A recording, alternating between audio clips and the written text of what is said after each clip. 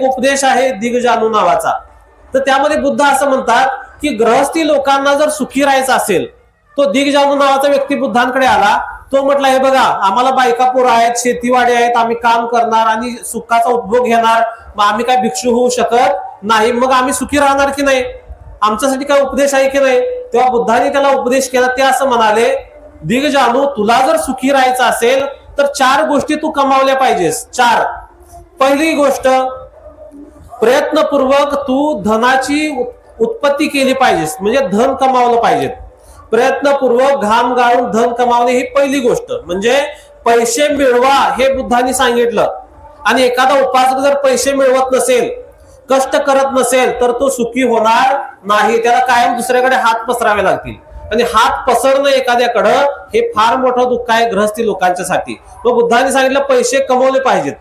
दुसरी गोष्ट सांगितली, जे कमवलेले पैसे आहेत त्या संपत्तीचं तू रक्षण करायला पाहिजेत।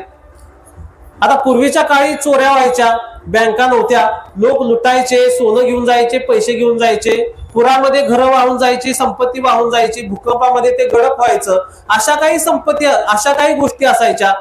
त्याचबरोबर जुगारामध्ये लोक पैसे घालवायचे। आता तर काय वेगवेगळ्या गोष्टी आलेल्या आहेत, म्हणजे दारू पासून जुगारापर्यंत, अनेक प्रकारच्या लॉटऱ्यांपर्यंत अनेक ठिकाणी आपली संपत्ती जाण्याची जी कारणं आहेत ती सापडतात। बुद्धांनी दुसरी गोष्ट आपल्याला सांगितली की मिळवलेली संपत्ती आहे तिचं संरक्षण आपण केलं पाहिजे। संरक्षण म्हणजे असं नाही पैसे साठवून बसा, त्याचा उपभोग घेऊ नका, हे नाही, ती योग्य प्रकारे त्याचा विनियोग केला पाहिजे। तिसरी गोष्ट बुद्धांनी सांगितली की तुम्ही जे पैसे मिळवलेले आहेत त्या पैशाच्या प्रमाणामध्ये तुमचा खर्च पाहिजे। किती प्रॅक्टिकल बुद्ध सांगतायत, 10 रुपये पगार असेल तर आपला खर्च किती पाहिजे, 9 रुपये पाहिजे, 8 रुपये पाहिजे किंवा 10 रुपये पाहिजे। तुमचा इनकमिंग 10 रुपये आणि आउट गोईंग जर 15 रुपये असेल तर दर महिन्याला तुम्हाला 5 रुपयाचं कर्ज घ्यावं लागेल। पगार जर 20,000 असेल तर आपला खर्च किती पाहिजे, 20,000च्या आतमध्ये। बुद्धांनी मालुंके पुत्राला सांगितलं की ज्या प्रमाणामध्ये आवक आहे त्या प्रमाणामध्ये खर्च पाहिजे, तर तुम्ही सुखी राहू शकता। आणि चौथी खूप महत्वाची गोष्ट सांगितली की कल्याण मित्रता ही संपत्ती तुमच्याकडे पाहिजे। कल्याण मित्र म्हणजे कोण, जो आपल्याला सन्मार्गावरती घेऊन जातो। समजा मी दारू पित असेल तर तो मला दारू सोडण्यासाठी मदत करत असेल की नाही, तर तो माझा कल्याण मित्र। मी चोऱ्या करत असेल, मी प्राणी हत्या करत असेल, मी व्यभिचार करत असेल, खोटं बोलत असेल, तर या दुश्शीलातून जो मला सुशील बनवतो, चांगलं बनवतो, त्याच्यासाठी मदत करतो, त्याला म्हटलं गेलं कल्याण मित्र। समजा मी सदाचरणी असू तर माझं मन चांगलं होण्यासाठी जो मदत करेल, समाधीकडे घेऊन जाईल, तो माझा कल्याण मित्र। मी समाधीमध्ये संपन्न असू तर प्रज्ञेकडे घेऊन जाईल, तो माझा कल्याण मित्र। बुद्ध म्हणतात की कल्याण मित्राची संगत असणं हे गृहस्थाचं एक मोठं काय म्हणू संचित आहे किंवा संपत्ती आहे। आणि आज सगळ्यात जी हानी जी झालेली आहे आपली म्हणजे ज्या लोकांची हानी झालेली आहे त्याला महत्वाचं कारण काय आहे, ती संगत। एखादी बाई वाईट बाईच्या नादाला लागली तर ती वाईटच बनते।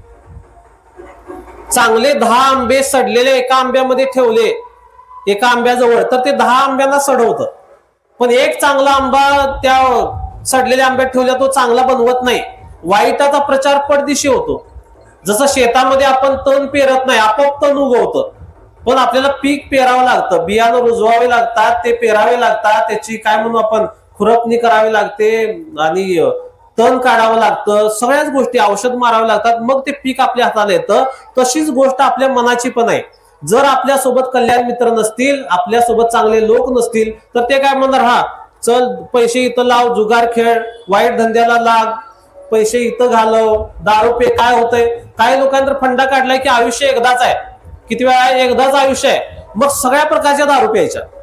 आयुष्य एकदाच आहे, मग सगळ्या प्रकारचा मावा खायचा। माव्याचे पण प्रकार किती आलेत बघा, ते दुकानदार फक्त ते पिशव्या घेऊन मळतच असतात बघा, आणि ते लोक खातात आणि तिथं त्यांचा ग्रुप चांगला जमलेला असतो। मग जो व्यक्ती, त्या दिग्जानूला बुद्ध म्हणतात की जो व्यक्ती तुझा हितकारक नाही तो तुझा कल्याण मित्र होऊ शकत नाही। कल्याण मित्र कोण, जो आपल्याला चांगला आधार देतो।